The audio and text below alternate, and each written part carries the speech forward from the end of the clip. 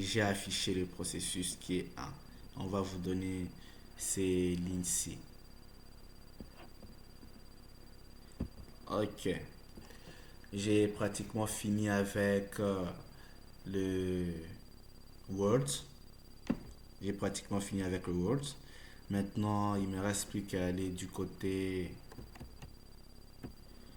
Il me reste plus qu'à aller du côté de la machine Linux.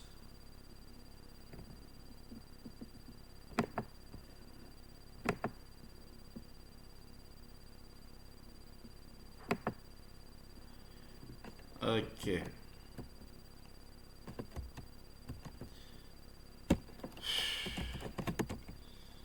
Sur Linux.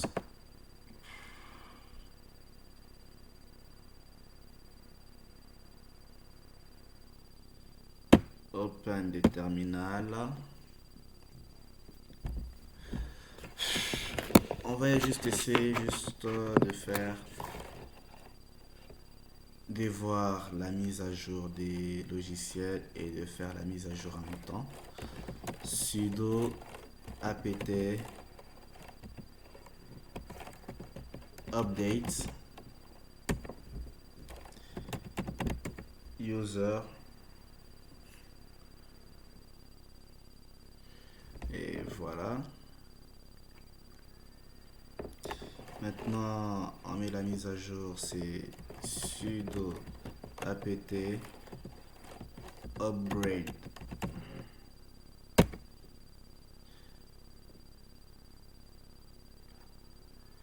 On va pas demander de Y parce que je l'ai fait il y a peu. C'est la deuxième vidéo que j'avais fait ici. Ok. Après avoir fait ça, vérifier la version de mon Python. Python version. Oh. C'est ça qu'on risque de vous montrer si vous n'avez pas votre Python. Voilà. Pour Linux, c'est Python 3. Le Python qui est sur ma machine, c'est Python 3.10.12 comme version. Après avoir fait ça, je regarde le pip qui est sur ma machine. Bien sûr, je l'ai déjà installé. Il est là avec sa version. Coverage. Je sais pas si. Ok. Si j'ai mal écrit ça, je vais voir. Ah, ok, j'ai très bien écrit. Pylint.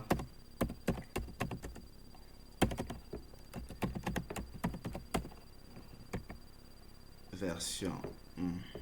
Tout y est. Bon, on peut continuer avec les Pylint. PyInstaller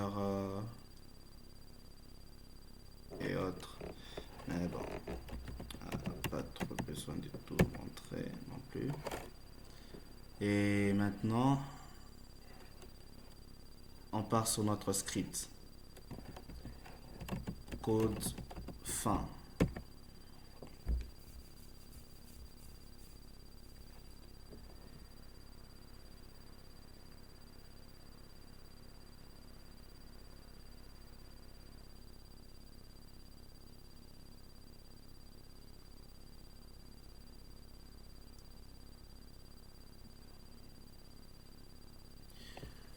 Ok, on a, c'est,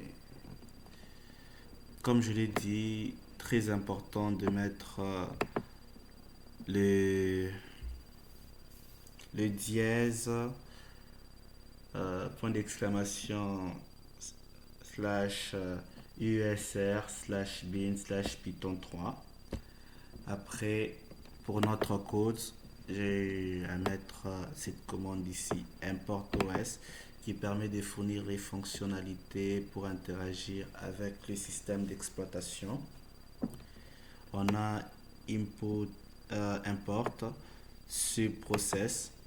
Ça permet également d'interagir avec le système d'exploitation de notre machine et aussi de permettre de faire des commandes shell, d'exécuter des commandes shell. Et on a celui-ci, import getPath, import getPath. Ça permet d'importer les modules getPath.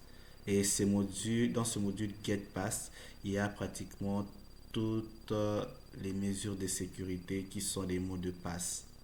Ce qui va permettre à ce que je puisse utiliser, réinitialiser les mots de passe, bloquer et autres. C'est à l'aide de cette commande-ci. Bien sûr, on va faire des fonctions de définition, user et autres. On n'a pas vraiment besoin de s'attarder là-dessus.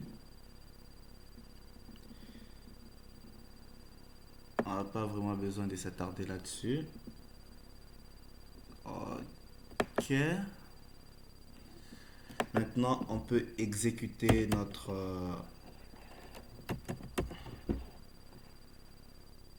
fichier bash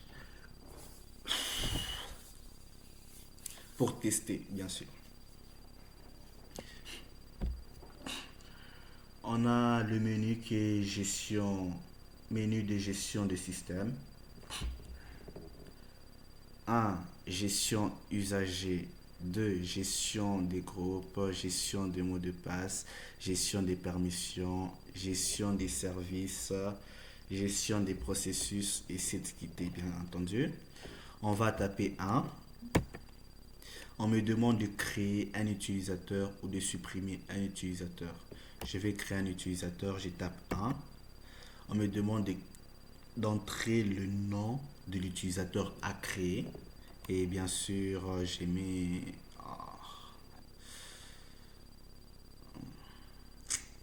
Bon.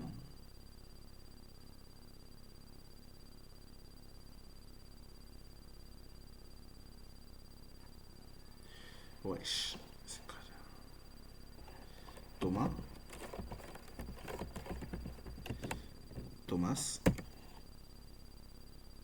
On me demande le mot de passe. J'ai mis user.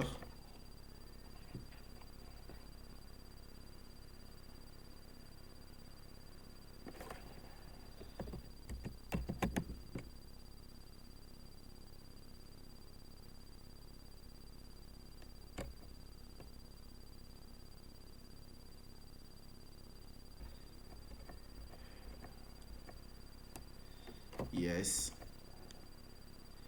Ok. Thomas a bien été créé. Et bien sûr, moi, j'ai pas besoin de Thomas.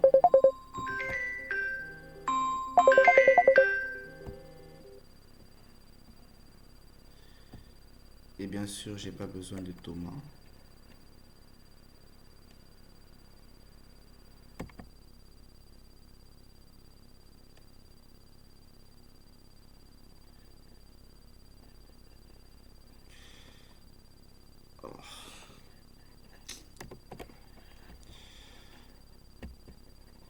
Gestion des usagers. Suppression, je dois supprimer l'utilisateur Thomas.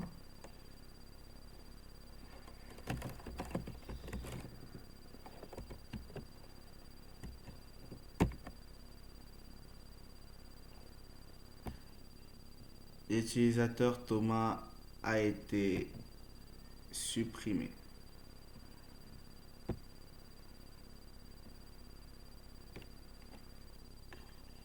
Maintenant, je prends 2. Gestion de groupe. Après quoi, j'ai mis 1. Je dois créer un groupe, bien sûr. Le nom de n'importe quel groupe.